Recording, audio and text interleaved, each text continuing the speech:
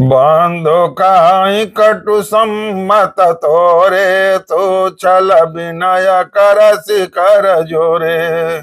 कर परितोष मोर संग्रामा, नहीं त छाड़ कहावबु रामा। छल तज कराहि समर शिव द्रोहे, बंधु सहित न तमारउ तोहि। भृगुपति बकहि कुठार उठाए, मन मुसुकाहि राम सिर नाए।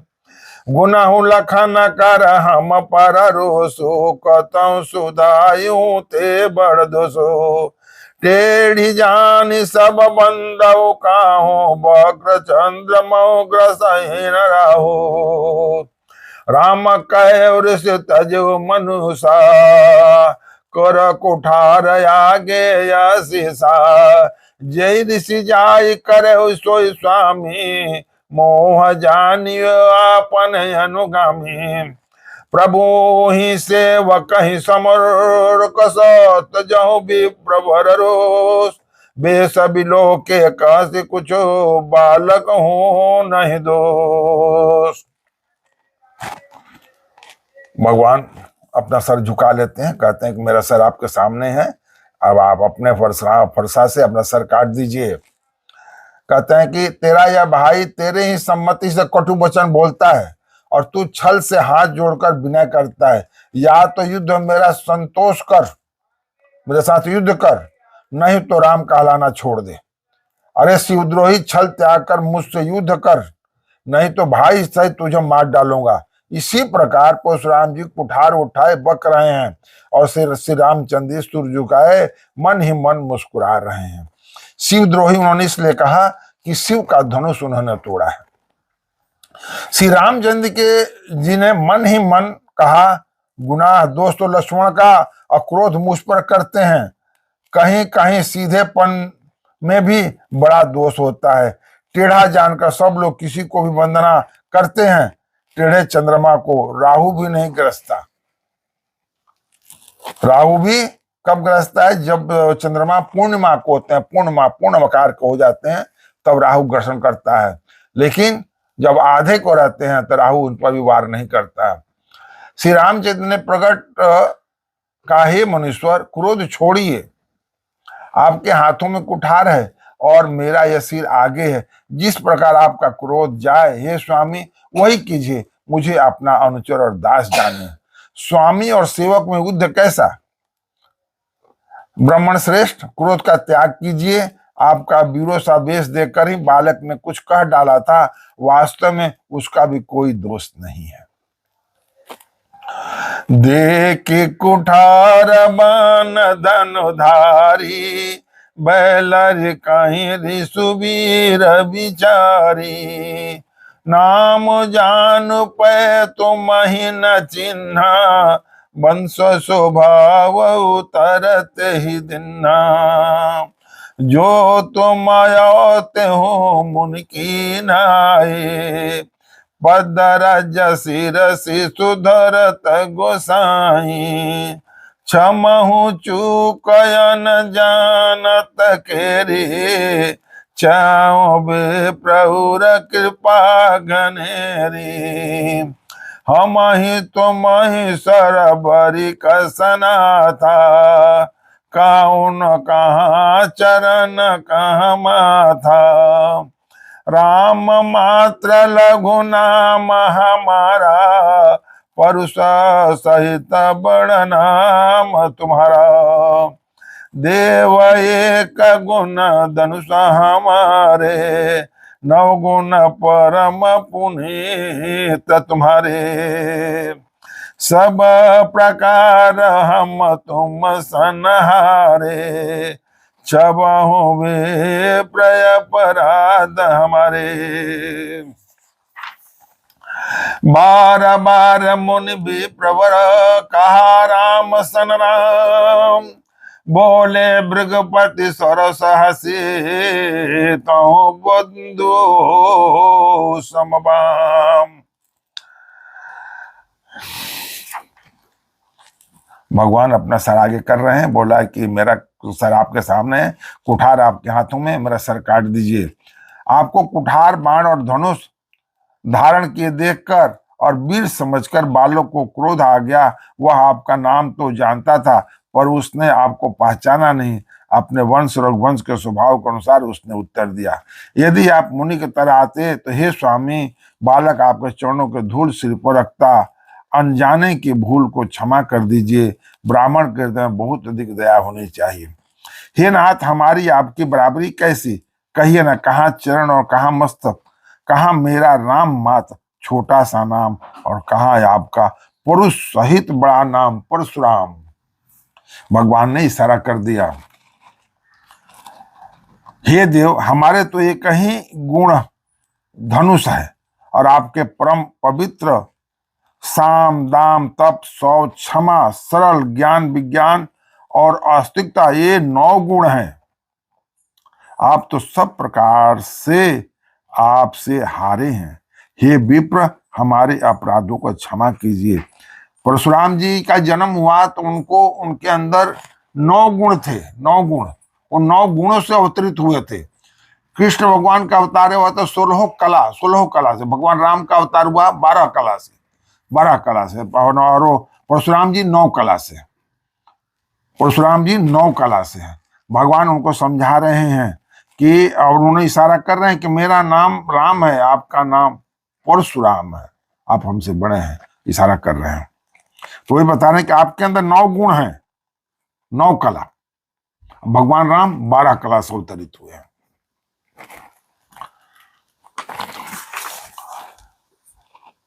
श्री रामचंद्र ने परशुराम जी को बार बार मुनि और विप्रवर कहा, तब भृगुपति परशुराम जी कुपित हो गए, क्योंकि हमेशा क्षत्रियों का नाश किए हैं। बार बार ब्राह्मण का विप्र का रूप बार बार सुनने से उनको क्रोध आ गया कि ब्राह्मण समझकर मेरे को अपना ये कर रहा है, सब वो अपमानित कर रहा है, दोनों भाई। तो वही बोला श्री रामचंद्र 12 मुनि के भी प्रकाश। तब भृगुपति परशुराम जी कुपित होकर अथवा क्रोध की हंसी हंसकर बोले, तू भी अपने भाई के समान ही टेढ़ा है।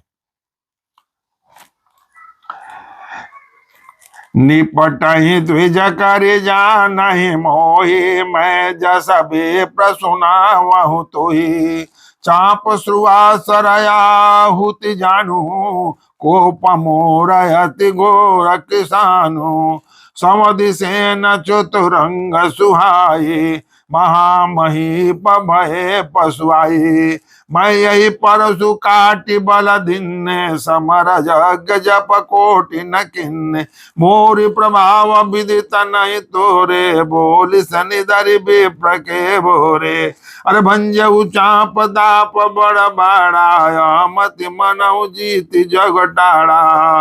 राम का मुनि का विचारी, रिसयत बड़ी लघु चूक हमारी। छुअत टूट पिना का पुराना, मैं कहे तो करो अभिमाना। जो हमा निदराई भी प्रपदे, सत्य सुनाओ भृगुनाथ। तो वस को जग सुवट जय, वसना महिमा।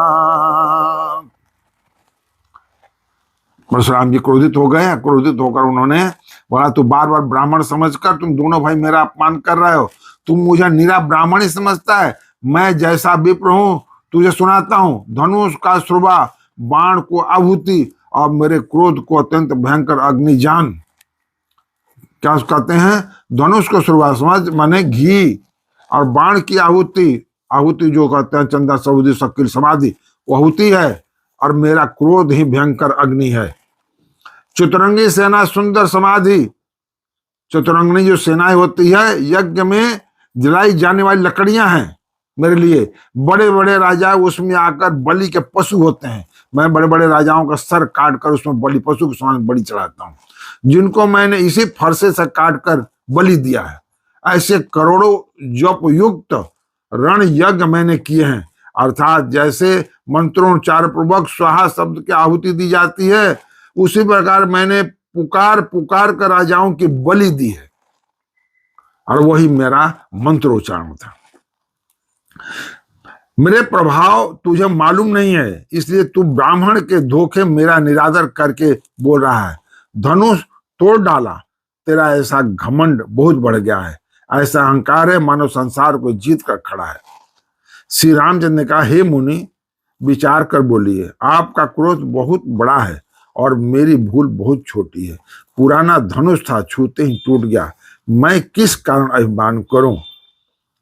तो कहते हैं, हे भृगुनाथ, यदि हम सचमुच ब्राह्मण का निरादर करते हैं तो यह सत्य सुनिए, फिर संसार में ऐसा कौन योद्धा है जिसे हम डर के मारे मस्तक नवाएं।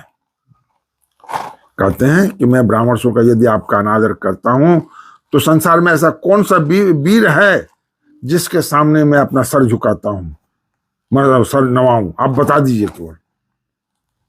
भगवान बोल रहे हैं, देव धनुज भूपति बट नाना, सम बल यदि कहो बलमाना, जोर न मही पचारे कोई, लरहि सुखे न काल किन हो। अब भगवान बोलने लगे, क्षत्रिय तनु धरि समर सकाना, कुल कलंक ते पावरयाना, काहु स्वभाव न कुलय प्रशंसी, कालहु डरय नर नर रघुवंशी, विप्रवंश के हसी प्रभुताये, अभय हो जो तुम ही डराये, सुन मृदु गुड बचन रघुपति के, उगरे पटल परुष धर्मति के। अब परशुराम जी के दिमाग बदला। राम रमापति कर धन ले हो, राम रमापति कर धन ले हो, कै चहु मिटे मोर संदेह, दे तो चापया पहुँच चढ़ गया वो, परशुराम मन विस्मय भयो, जाना राम प्रभाव तब पुलक प्रफुल्लित गात, जोरी पान बोले बचन, हृदय न प्रेम अमात। भगवान वो अपनी थोड़ी सी वीरता का बखान कर रहे हैं, तो भगवान उसको समझ गए। देवता, दैत्य, राजा या और बहुत से योद्धा, वे चाहे बल में हमारे बराबर हों चाहे अधिक बलवान हो, यदि रण में हमें कोई भी ललकारे तो हम मुझसे सुखपूर्वक लड़ेंगे, चाहे काल ही क्यों ना हो। क्षत्रिय का शरीर धरकर जो युद्ध में डर गया, उस नीच ने अपने कुल पर कलंक लगा दिया। मैं स्वभाव से ही कहता हूं, कुल की प्रशंसा करके नहीं, कि रघुवंशी रण में काल से भी नहीं डरते। ब्राह्मण की ऐसी प्रभुता महिमा है कि जो आपसे डरता है वह सबसे निर्भय हो जाता है। कहते हैं, ब्राह्मणों से जो डरता है वो पूरे संसार से निर्भय होता है, क्योंकि ब्राह्मण का आशीर्वाद पाकर तो दुनिया समाज काल से लड़ता है, अथवा जो भयभीत होता है वह भी आपसे डरता है। श्री रघुनाथ जी कोमल और रहस्यपूर्ण वचन सुनकर परशुराम जी की बुद्धि के पर्दे खुल गए। भगवान समझ गए परशुराम जी कि इसका मतलब प्रभु का अवतार हो गया है।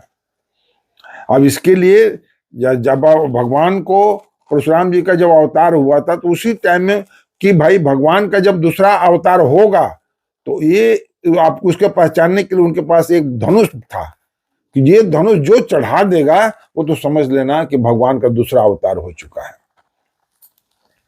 तो भगवान ने, परशुराम जी ने कहा कि राम रमापति कर धन ले हो। वो परशुराम जी वही बाण देते हैं उनको कि हे राम, यदि तुम एक्चुअली राम हो तो ये धनुष लो, आखे हूं मिटे मोर संदेह, इसे तुम चढ़ा दो। दे तो चाप आप पहुंच चढ़ गए, परशुराम मन विस्मय। भगवान ने, परशुराम जी ने वो बाण धनुष दिया, वो धनुष भगवान ने अपने हाथों में लिया, हाथ में लेते ही वो धनुष अपने आप चढ़ गया। अथवा लक्ष्मीपति विष्णु का धनुष लीजिए और इसे खींचिए जिससे मेरा संदेह मिट जाए। परशुराम जो धनुष देने लगे तब वह आप ही चढ़ गया। तब परशुराम जी के मन में बड़ा आश्चर्य हुआ। तब उन्होंने श्री राम जी का प्रभाव जाना, जिसके कारण उनका शरीर पुलकित और प्रफुल्लित हो गया। वे हाथ जोड़कर बचन बोले, प्रेम उनके हृदय में समाता न था। वो समझ गए कि मैंने भगवान का अवतार हो गया, हमारा कार्य जो है समाप्त हो गया। हम अब यहीं से जो पृथ्वी का अभी तक रक्षक थे व पृथ्वी का संचालन करने वाले थे, वो हमारा उस समय खत्म हो गया। अब राजा बदल गया, अब राजा दूसरा आ गया। जय रघुवंश बन जपन भानु, गान धनुज कुल दान कुशानु, जय सुर विप्रदे नहुतकारे, जय मद मोह को ब्रह्महारी, विनयशील करुणा गुण सागर, जयति बचन रत्नायति नागर, सेवक सुखद सुवग सब अंगा, जय शरीर छवि कोटि अनंगा, करो काह मुख एक प्रशंसा, जय महेश मन मान सहंसा, अनुचित बहुत कहो अज्ञाता, क्षमहो क्षमा मंदिर दो भ्राता,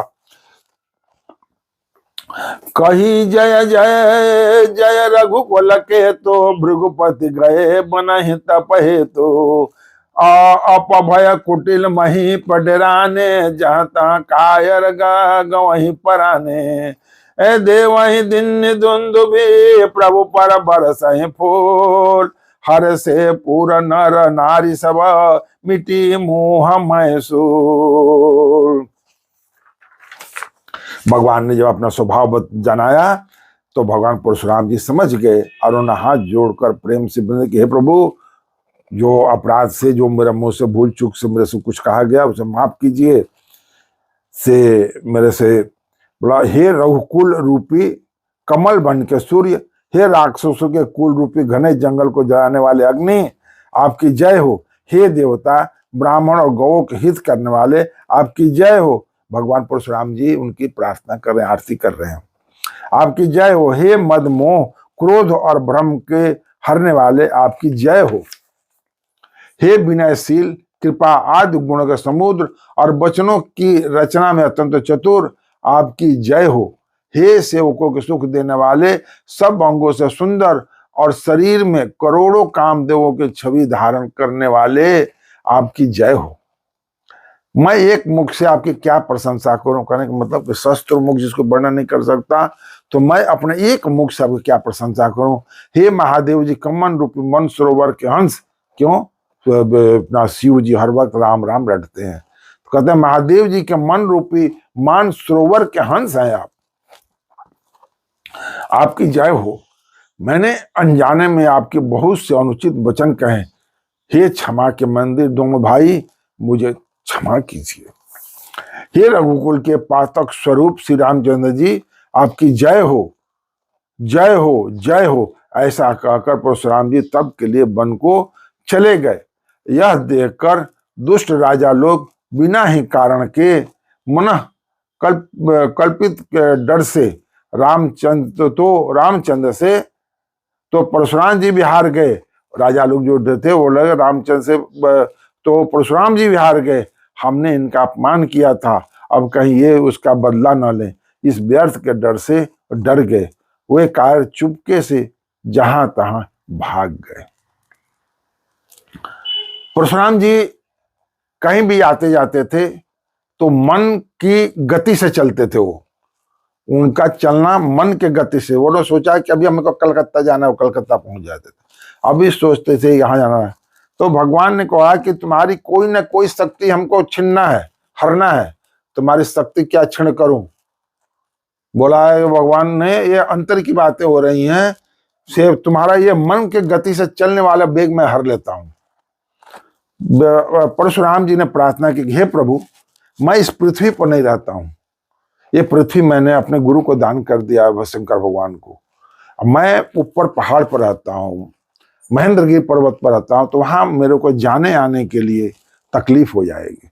जब मेरी मन की गति आप हर लेंगे तो मैं उस पहाड़ के ऊपर न चढ़ पाऊंगा न उतर पाऊंगा, तो मेरी मन की गति मत हरिए। तो बोला फिर, तो बोला ये मेरा क्रोध खत्म कर दीजिए, आप मेरा क्रोध हर लीजिए। तब भगवान ने परशुराम जी का जो क्रोध है उसका हरण किया। तो आज की कथा में यहीं पर हम समाप्त कर रहे हैं, कल हम आगे कथा सुनाएंगे। अब भगवान परशुराम जी चले गए, अब आगे राम विवाह होगा, उसकी कथा आपको सुनाएंगे। तब तक के लिए आप लोग हमारे चैनल को सब्सक्राइब कीजिए, लाइक कीजिए और कमेंट्स कीजिए, और हमारे साथ जुड़े रहने के लिए बेल आइकॉन बटन को दबाइए और पूरी कथा को सुनिए। जय श्री राम, श्री राम जय राम, जय जय राम।